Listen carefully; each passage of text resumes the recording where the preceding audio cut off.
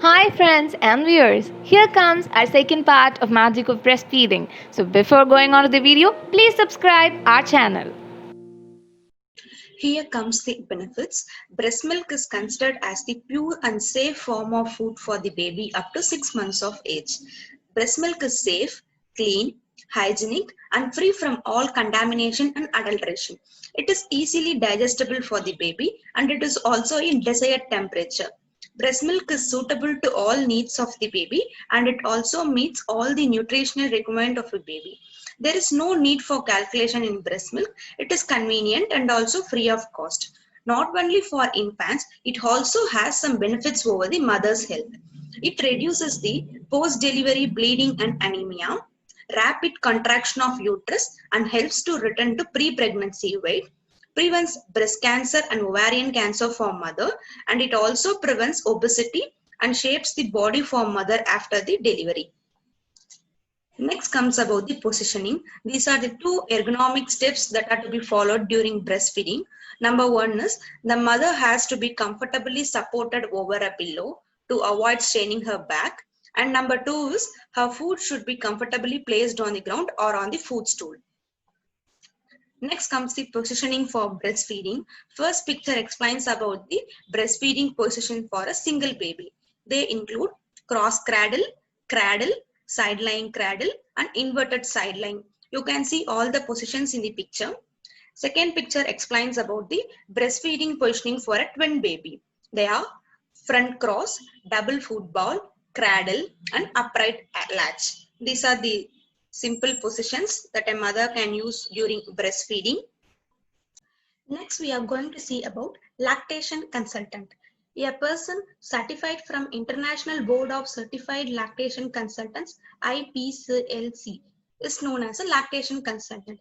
This lactation consultant usually counsels the mothers about the importance of breastfeeding for the infant. There are some recommendations done by World Health Organization for lactation consultants. They include breastfeeding counseling should be provided to all the pregnant women and mothers. Breastfeeding counseling should be provided in both antenatal and postnatal sessions. Breastfeeding counseling should be provided at least 6 times. Breastfeeding counseling should be provided through face-to-face counseling.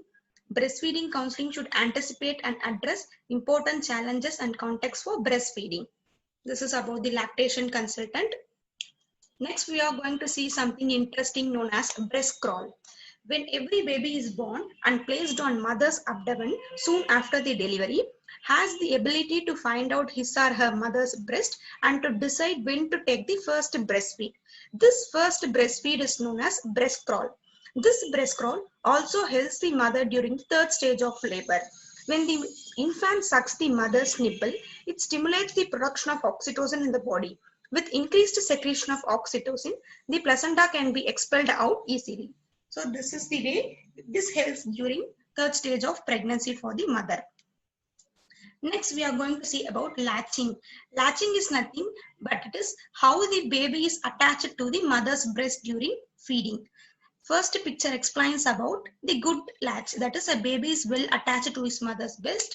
In second picture, it explains about the poor attachment. You can see in the first picture the baby is comfortably attached to the mother's breast, but whereas in second picture it is not comfortably attached.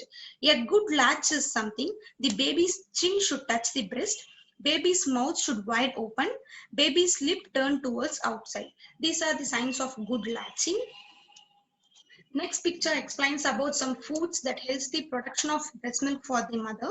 They include asparagus, salmon, green leafy vegetables, oatmeal, brown rice, unripe papaya, nuts, sweet potato, yeast and water. Not only these foods, there are also some other foods available for the moms to increase their breastfeeding level. Next, we are going to see about adverse effects of not breastfeeding. When not breastfeeding his or her baby, it has an impact on both infant and mother. Let's discuss about infant health outcomes in case of not breastfeeding. It increases the incidence and severities of infection for the baby, such as otitis media, lower respiratory tract infections, urinary tract infection, diarrhea, bacterial meningitis, and sepsis. increased rate of sudden infant death syndrome and necrotizing enterocolitis, increased risk of atopic dermatitis, impaired temperature and respiratory regulation, decreased cognitive development, and increased obesity. Adverse effects of mother include higher prevalence of hypertension, diabetes, hyperlipidemia, cardiovascular disease, and metabolic syndrome. Increased risk of breast cancer, ovarian cancer, rheumatoid arthritis, and postpartum depression. Reduction in bone health, increased sleep disturbance, decreased postpartum weight loss, and lack of amenorrhea. Next, we are going to discuss about breast milk bank. So breast milk bank is a place where the breast milk is being collected, screened, and stored from the healthy lactating mothers. So you may ask when a mother should go for a donated breast milk.